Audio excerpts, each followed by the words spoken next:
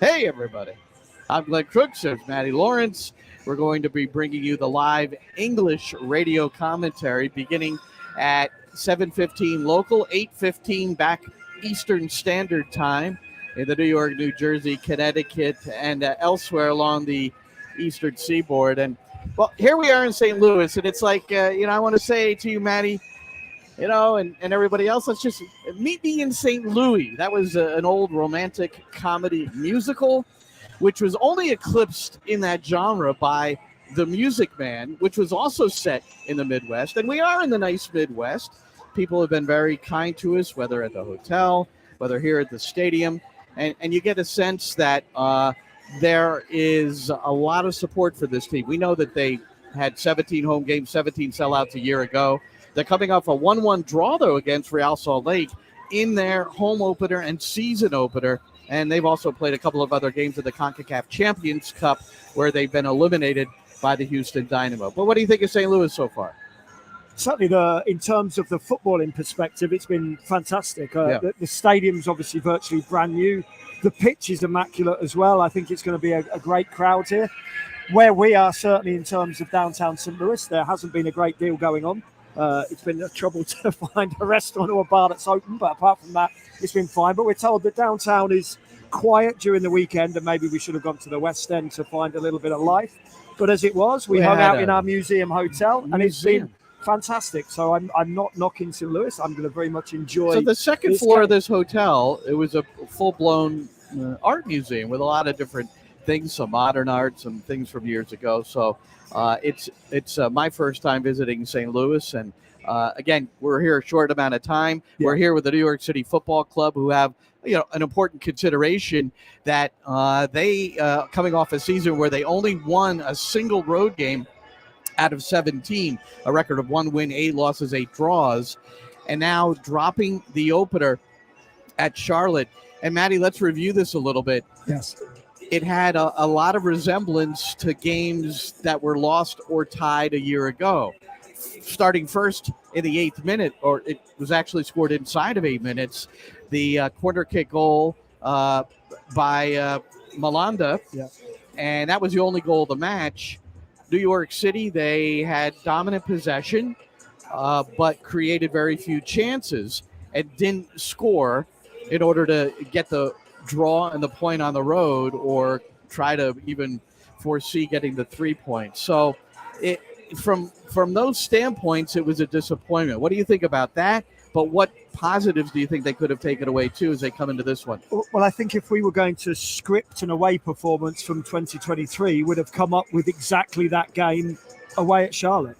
It is conceding a goal from a set piece in a terrible manner as well. Right. It was collective and individual errors. Collective as a defence as a whole, and then also individual errors from O'Toole and Parks, in my opinion, at that near post area.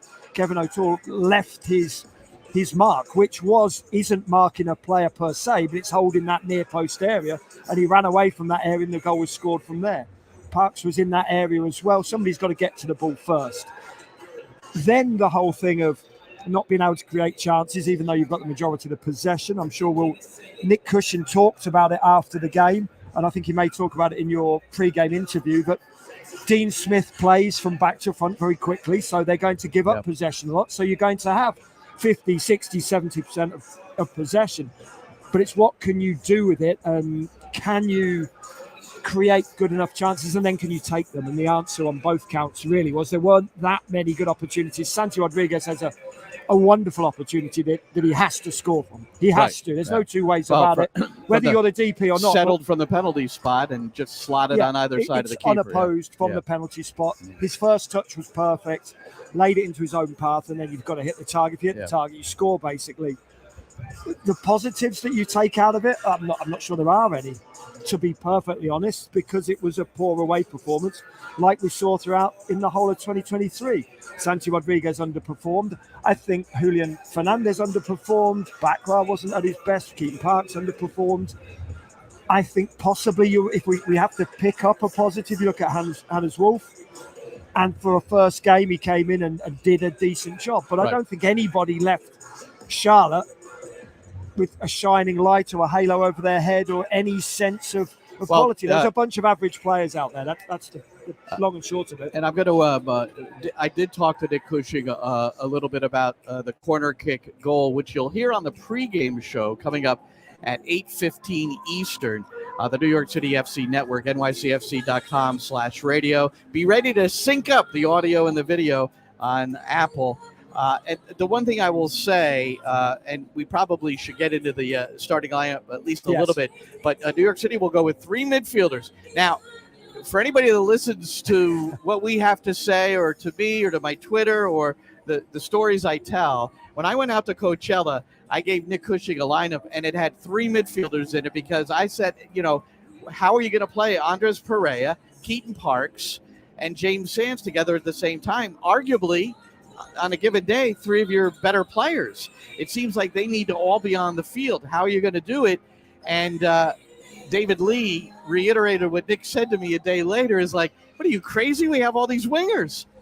And 2 games in, it's 3 midfielders starting as Andres Pereira comes in for Julian Fernandez. It looks like a 4-3-3 setup where we would anticipate twin 8s, Keaton Parks and Andres Pereira.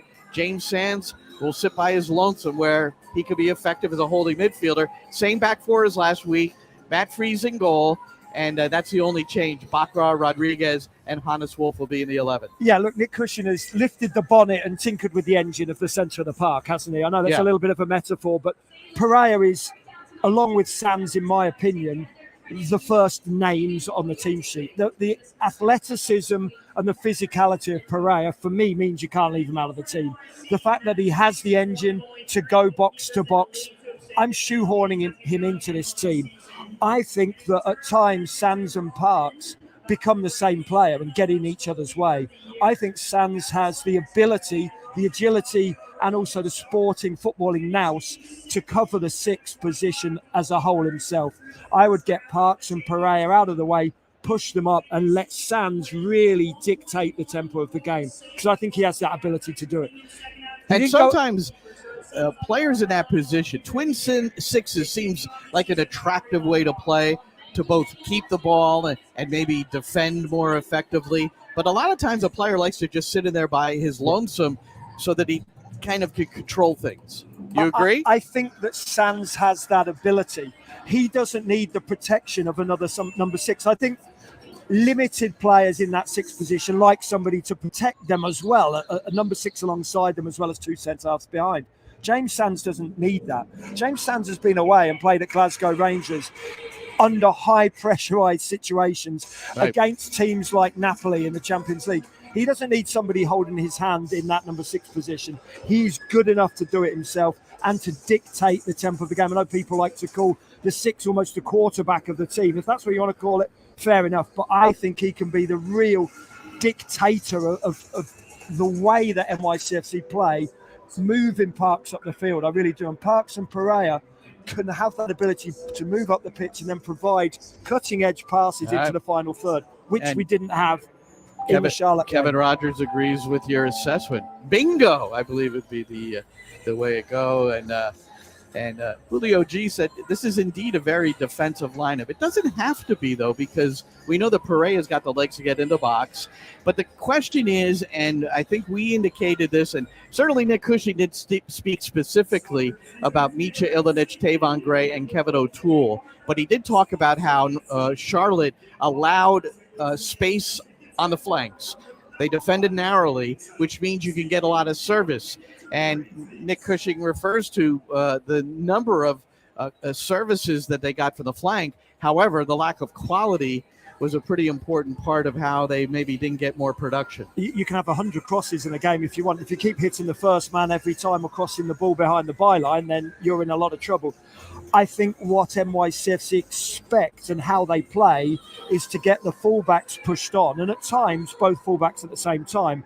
O'Toole and Ilinic, O'Toole and Tavon Gray, whoever it may be, get them pushed high up the field. That's when this formation doesn't become defensive. If your fullbacks push on, you're then just defending with three. You're defending with your two centre-halves and James Sands, because you want Parks and Pereira pushing into the box to get on the end of an Ilinic cross, and then you have O'Toole coming around the back post at the far post as well. So now you've got all those players pushed on. So this formation, if you play it the right way, doesn't have to be defensive. It can be actually incredibly attack-minded, but there's an awful lot of reliance on the fullbacks to provide quality. And right now that isn't happening. I know we're only one game in, but we did see it at the back of last season as well. Yeah.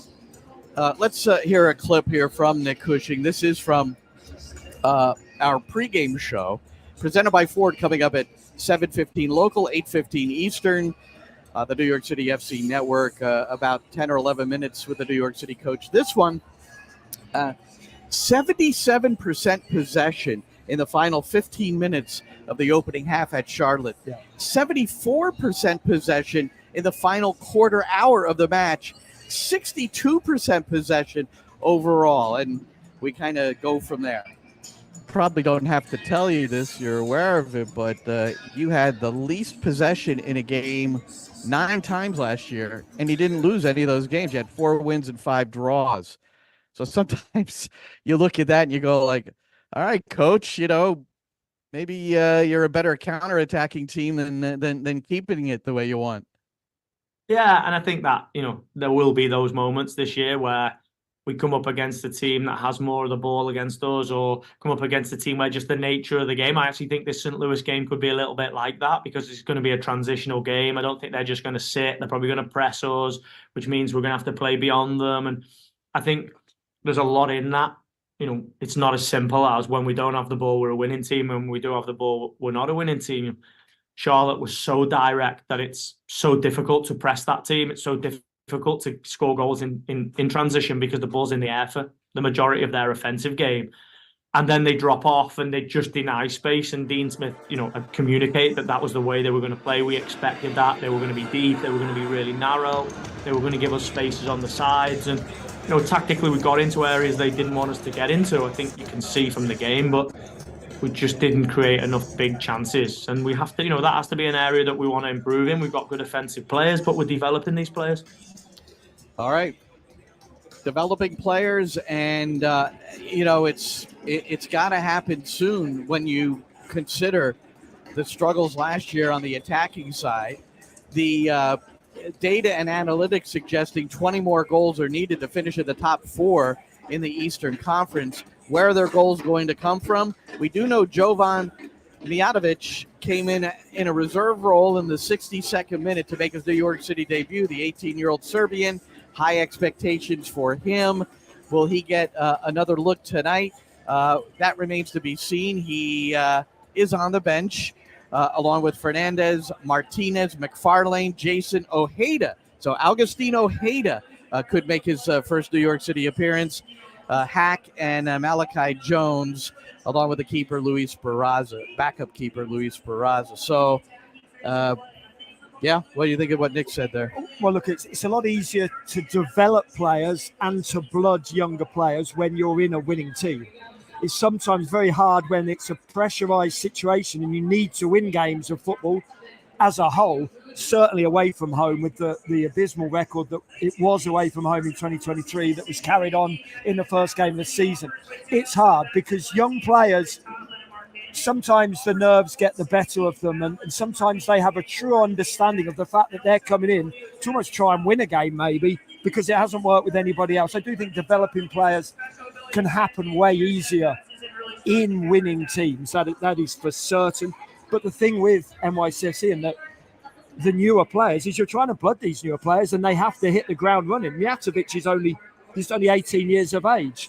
Ojeda's a young man himself. And not only are these players young, but they're also very, very inexperienced at football as a whole, let alone in MLS. They're coming into a new league, new language, new training, new surroundings. It's very, very difficult to hit the ground running, especially when you're coming into a losing team as well. So we'll see how that pans out. I do think as well there just has to be more strength in the spine of the team. I really do. It's all well and good talking about wingers and fullbacks. any good team has a very, very strong spine of the team. And I thought it was a little weak centrally in that last game against Charlotte. I thought that Ashley Westwood could dictate the tempo of the game pretty easily alongside, was it Junior Moreno who was playing alongside him? Urso, yep. Alongside him. I thought those two, 34 and 33 years of age, both very accomplished. Ashley Westwood, obviously many years in the Premier League. Urso as well, many years in MLS. I thought they knitted together really well, and I thought they outplayed and outbattled NYCFC at times in the middle of the park. And Nick referred to how this is going to be a different game also in terms of the battling aspect of it. This could be a game where the ball is in the air a lot. St. Louis, second balls, fighting in the midfield. Andres Perea has been inserted. We'll see what kind of difference he can make. St. Louis here at City Park, really good record last year. They 35 points. They had a plus 24 goal differential at home, which is rather remarkable. Yeah. Their 11 home wins tied Atlanta for the most by an expansion side. They were 3-0 against teams in the East, beating Charlotte, Cincinnati, and Miami. And then we already contrasted New York City, 1 win in 17 last year, 0-1 on the road, 1 win in 17 on the road, 0-1 on the road here in 24. This is one of 13 games on the slate today in MLS. 3 of these games have been completed, including the one in Miami, which about 3 hours before kickoff, when the referees were assigned, it turned out the replacement referee for the Miami match was, there were pictures posted on social media of him around town wearing his Inter Miami jersey. So as soon as pro referees, the management side, we know that they're involved in this, they've locked out the regular referees. According to Pablo Maurer, and then confirmed by Jeff Carlisle, 2 of our leading journalists here in the States, Pro Referees has given a hard deadline to the referees of March 11th, which is a week from Monday, that they need to accept what's on the table or the deal will get worse. And again, that's according to the reporting of The Athletic and ESPN. But Pro Referees immediately replaced this guy today in Miami. I don't have names in front of me. I just know it's really it's an incredible story because it just points to the issues of using referees that maybe you don't know quite as much about as you do with one of your regular tenured referees in MLS who, they would never walk around town with an MLS jersey on. They just wouldn't do it. Of course they wouldn't. No referee in the world should be wearing a football jersey full stop. It's ludicrous. Yeah. Whether you're a referee at whatever level, you stay impartial. Whether that's, you don't wear an AS Roma, you don't wear any football tops. You stay impartial. You're an official. You're a referee. You're neutral. That's the word. You're a neutral. Stay neutral. And it is a problem you're going to come across when the professional referees, the ones that we're used to seeing, aren't involved. Players at a lower level are less professional. Referees at a lower level are less professional. None of this is against MLS or against pro referees. This is just factual. Yeah. If you referee low down, you're inexperienced, and it's difficult for you to referee in a high pressurized situation. The same as if I go and get an under 18 boy to come and play in an MLS game, he's going to find it very, very difficult to play in front of 25,000 people screaming at him. That's just a fact. It's human psychology. So who is our referee tonight, and what is his experience? Who's the referee? Look at my carefully prepared notes. Yeah, I know you do. Well, we know it's Eric Lezama Pavon. Yeah, he's a 31-year-old guy from Nicaragua. He has quite a host of experience. He's refereed in the Nicaraguan Premier League. He's done refereed in the middle, CONCACAF World Cup qualifiers, CONCACAF Nations League games. Okay. But yes, not refereed in MLS. It's different. Different referees around the world. This is whether it's Europe, whether it's Asia, Oceania, wherever it may be, they interpret the laws of the games differently. Granted, this guy's a CONCACAF referee, but we've seen some CONCACAF referees when the US men's national team go down to Honduras and get 7 bails kicked out of them. So, certain referees do interpret the laws of the game differently. that will has the potential to be physical tonight. Yes. Here in St. Louis. All right. So quickly, Miami defeated Orlando 5-0 Luis Suarez and Lionel Messi, each with a brace. Messi, I didn't see a second of the game. I have not seen the highlights as of yet, but there is a description of a chested goal by Messi. He chested it, it bounced 3 times, and then went over the line. So I'm trying to figure out how so many people could be out of position that it could happen that slowly, but we'll see. We will see, but look, I don't think it's any surprise that Messi and Suarez are getting on the score sheet. I know Suarez's legs are going slowly, but he scored, I think it was 17 goals in 33 games last season in the Brasileirão for Grêmio, who are a good team, and they're playing against teams like Corinthians, Flamenco, Atlético Paranaense, Atlético Mineiro. That's a very, very good league, and if he's scoring a goal or more than a goal every 2 games, you sure as hell going to be able to do it in MLS. Then RSL in the snow out in Sandy, Utah, defeated the California Softies, LAFC. Couldn't handle the snowstorm and lost 3-0. So RSL wins the home match after tying St. Louis City here. So RSL may have something this year. Minnesota and Columbus, they drew 1-1. The defending MLS Cup champions, Columbus, they led going into stoppage time. A late stoppage time goal for Minnesota tied that one up. All right, 7:15 local, 8:15 Eastern time. Pregame live. Part of our commentary upcoming for New York City FC at St. Louis City here in St. Louis, Missouri on a Saturday night as New York City, second game of the year for them, second for St. Louis, and both looking for their first wins of the season. NYCFC.com/radio. Sync up your radio and the TV, and we'll have a good old time. You tweet us and whatever else you want to do. But for Matty Lawrence, I'm Glenn Crooks. Thanks for being here, everybody, and we'll talk to you again soon.